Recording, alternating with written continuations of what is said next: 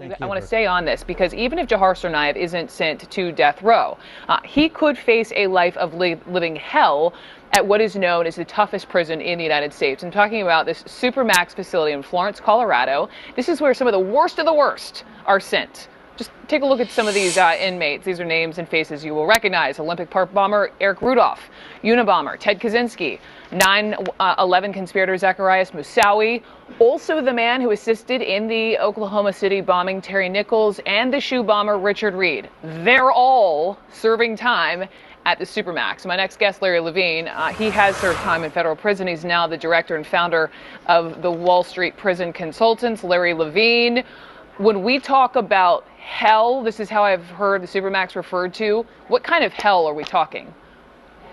Well, he may not necessarily end up at the ADX in Colorado.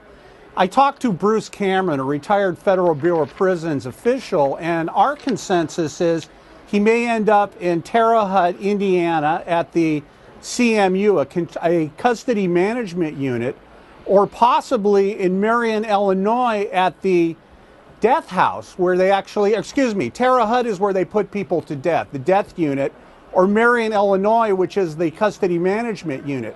But wherever they send him, he ends up there, he ends up in ADX, they're going to put him underground, and they're going to have to pipe sunlight into this guy.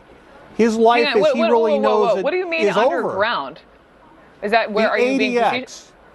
No, I'm serious. The ADX, which is in Florence, Colorado, administrative maximum, it's an underground situation where the housing unit, it's called H unit, is actually underground. You have no real contact with staff members, with other inmates. It's kind of like you're locked in an 84 square foot, it's 7 by 12 foot cell, 24 hours a day. And when you're showered, it's time for you to take a shower. It's kind of like you're on Star Trek. You're in your cell, the door slides open, and a robot, it's like a robotic shower, is sitting outside the door, so you're not leaving your cell. When you get your mail, you're getting your mail over a television set. When you're when you're meeting your visitors, you're meeting your visitors over a TV, over a video link. It's a no-contact prison. He gets, one 15-minute phone call a month. His meals are brought to him the same way. It's like an automated process. Other than possibly a doctor or his religious, I don't know, he's Muslim, whoever it is, that's really the only people he's going to see. So he better get used to reading the Koran, you know? Maybe that'll give him some salvation, because they're not going to let him have much personal property in there. He's not going to have the same kind of social experience that a regular inmate would have. Well, he's a convicted terrorist. I mean, does he deserve that? I'm hanging on your every word.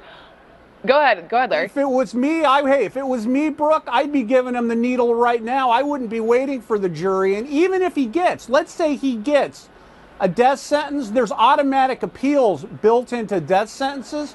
He may sit in a prison somewhere for months or years. Somewhere. I read about this at ADX. Just quickly, this final quote. This is a former inmate at this place, talked to 60 Minutes in 2009, described the prison as, quote, "It breaks down the human spirit, it breaks down the human psyche, it breaks your mind." Larry Levine, thank you.